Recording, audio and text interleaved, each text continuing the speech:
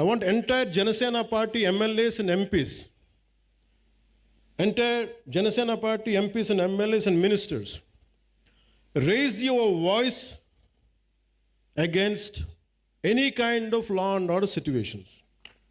బలంగా చెప్పండి. ఇది నేను కుటుంబ నాయకులందరికీ నేను చెప్పలేను కాబట్టి అది నా పరిధిలో లేదు కాబట్టి నేను వారికి చెప్పట్లేదు. కానీ నా పార్టీ నాయకులందరికీ, నా పార్టీకి సంబంధించిన మంత్రివర్గానికి, ఎంపీలకి, ఎమ్మెల్సీలకి మీకు చెప్తున్నాను, నేను అన్నిసార్లు నేను వెళ్ళి మాట్లాడను, మీరు మాట్లాడాలి.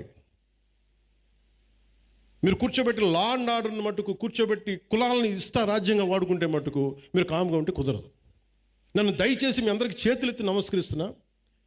కులానికి నన్ను దయచేసి పరిమితం చేయకండి. మీ అందరికి చేతులెత్తి దండం పెడుతున్నాను. ప్లీజ్ చేతులెత్తి దండం పెడుతున్నాను.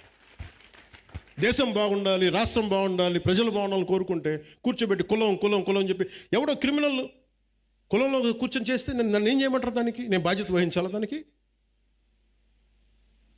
ఒక 14 ఏళ్ళ ఒక ఆడబిడ్డను రేప్ చేసిన వాడిని కూర్చోబెట్టి నేను వెనకేసుకు రావాలా? సిగ్గుండక్కర్లా? వెనకేసుకొస్తాం ఇలాంటి వాళ్ళని? కనిపించట్లేదు. This a police case.